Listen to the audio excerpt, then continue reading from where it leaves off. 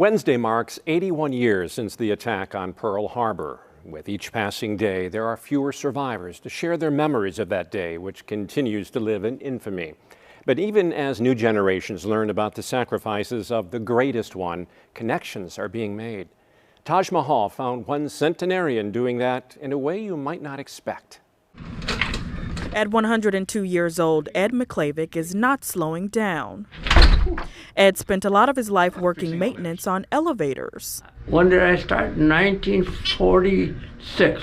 Ed has lived a long life of service and connection to others, but perhaps one of the most memorable life experiences happened more than 80 years ago. Pearl Harbor happened on the morning of December 7, 1941. Ed is a survivor and one of the last living Pearl Harbor veterans in the U.S. and the last in the Milwaukee area. He recalls the day the Japanese conducted a surprise aerial attack on the U.S. naval base at Pearl Harbor near Honolulu, Hawaii. And we were all stationed out in the field where our planes dispersed.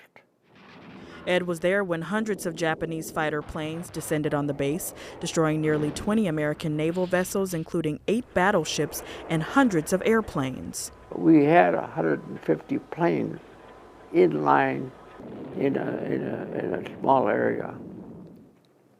So it was quite easily cleaned up by the Japanese in one sweep.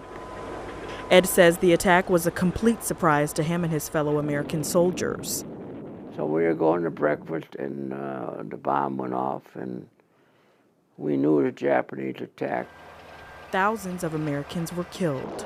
We had no defense. We had nothing to fight back with. So he was just 20 years old, building the resilience many of our brave veterans display every day. That must be me. It's a matter of survival. So I think that was the main thing, is save yourself. In total, Ed served in the U.S. Army Air Forces for about 5 years. You'd think he was happy to be alive, I think. Later got married and started a family. Hi, Dad. Carol. Now he lives in a senior community in Brookfield, and his sole mission is to stay connected to the ones he loves the most, his family and friends. And he's using technology to do so. Now, these are my grandkids in North Carolina. I can talk to them. This guy's in Baltimore. He uses what's called a GrandPad. It's an electronic tablet made for seniors to help them stay connected. Well, it keeps us as a family. Otherwise, I'm by myself, and they're all over the country. It just is lonesome. And it takes, because I start at 7 o'clock in the morning. I call my son in Chicago, and then whenever I get done with breakfast, I call some more of the kids up. And the grandkids, I usually talk at night. We can see him and know that he's doing well.